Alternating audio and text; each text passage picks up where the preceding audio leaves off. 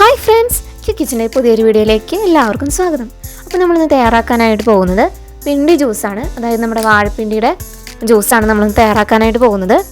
വാഴത്തണ്ടിൻ്റെ നീര് ആരോഗ്യത്തിനും പ്രത്യേകിച്ച് നമ്മുടെ വൃക്കകളുടെ പ്രവർത്തനത്തിനും ഏറെ ഗുണകരമാണ്.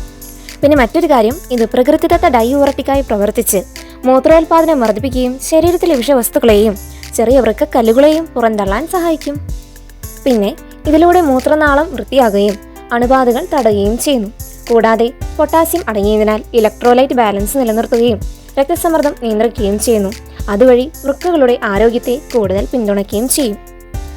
അതുകൊണ്ട് തന്നെ ഇത്രയും ഗുണങ്ങളുള്ള വാഴപ്പിണ്ടിയുടെ ജ്യൂസ് നമുക്ക് എങ്ങനെയാണ് തയ്യാറാക്കുന്നത് നോക്കിയാലോ. അതിനായി നമ്മൾ വാഴപ്പിണ്ടി ചെറിയ പീസസ് ആയിട്ട് അരിഞ്ഞെടുത്തിട്ടുണ്ട്. പിന്നെ കുതിർത്തിയെടുത്ത ചിയാ സീഡ്, അതുപോലെ ഒരു ചെറിയ കഷ്ണം ചെറുനാരങ്ങ, അല്പം ഇഞ്ചി, അതുപോലെ നമുക്ക് അല്പം തേനും കൂടെ നമുക്കിതിനേക്ക് ആവശ്യമായിട്ടുണ്ട്. ഇനി നമുക്ക് പിണ്ടി നമ്മൾ ചെറിയ കഷ്ണങ്ങളായിട്ട് ഇരിഞ്ഞെടുത്തത് ഒരു മിക്സി ജാറിലേക്ക് ഇടാം.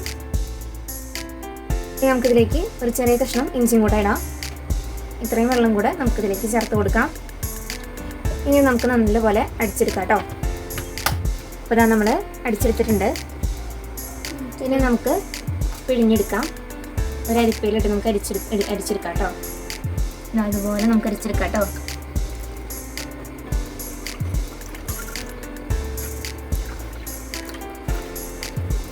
വാഴപ്പിണ്ടി ആയതുകൊണ്ട് തന്നെ അതിൽ അത്യാവശ്യം വെള്ളം ഉണ്ടായിരിക്കും.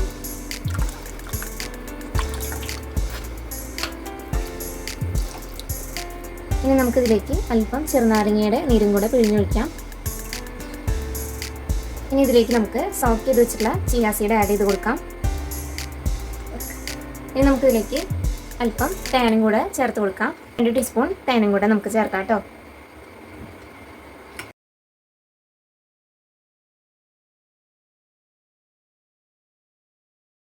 ഇപ്പോൾ നമുക്ക് നല്ല മണം വരുന്നുണ്ട് കേട്ടോ. അതായത് നമ്മുടെ ഇഞ്ചി, വാഴപ്പിണ്ടി, അതുപോലെ ലെമൺ ജ്യൂസിൻ്റെ ഒക്കെ നല്ലൊരു സ്മെല്ലാണ് നമുക്ക് വരുന്നത്. അപ്പോൾ നമുക്ക് നല്ല ടേസ്റ്റി ആയിട്ട് തന്നെ കിട്ടിയിട്ടുണ്ട്. അപ്പോൾ ഇതെല്ലാവരും ഒന്ന് തയ്യാറാക്കി നോക്കുക. നിങ്ങൾക്ക് ഈ വീഡിയോ ഇഷ്ടമായാൽ വീഡിയോ ലൈക്ക് ചെയ്യാനും ചാനൽ സബ്സ്ക്രൈബ് ചെയ്യാനും മറക്കരുത് കേട്ടോ. So thank you.